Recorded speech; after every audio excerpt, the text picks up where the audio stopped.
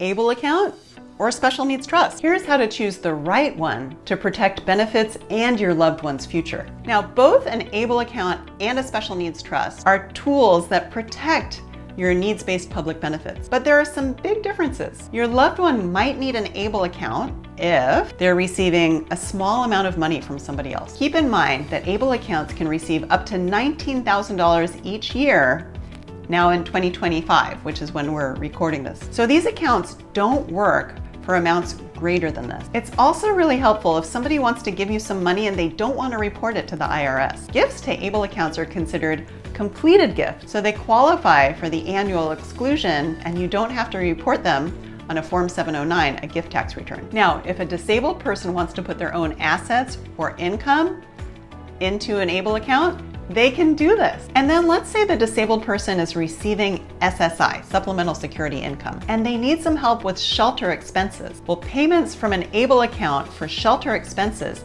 do not trigger an ISM, in-kind support and maintenance deduction. So anybody can transfer money into an ABLE account. The ABLE account pays for shelter expenses and the SSI recipient receives the full amount of SSI.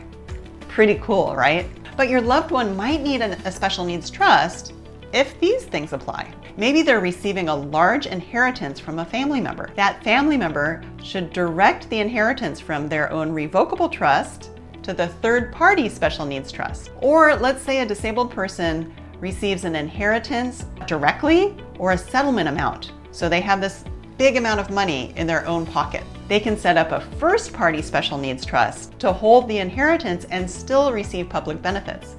Why doesn't an ABLE account work for that? Well, remember, there's that limit of $19,000. So if they're receiving more in a settlement or more in an inheritance, you can't use an ABLE account. Another situation is maybe parents are going through a divorce and they want to fund a third-party special needs trust for their child with something like life insurance. You can set up a special needs trust for this purpose. So what's my answer? Do you need one or the other? Usually I say, yes, you need both, but just for different reasons.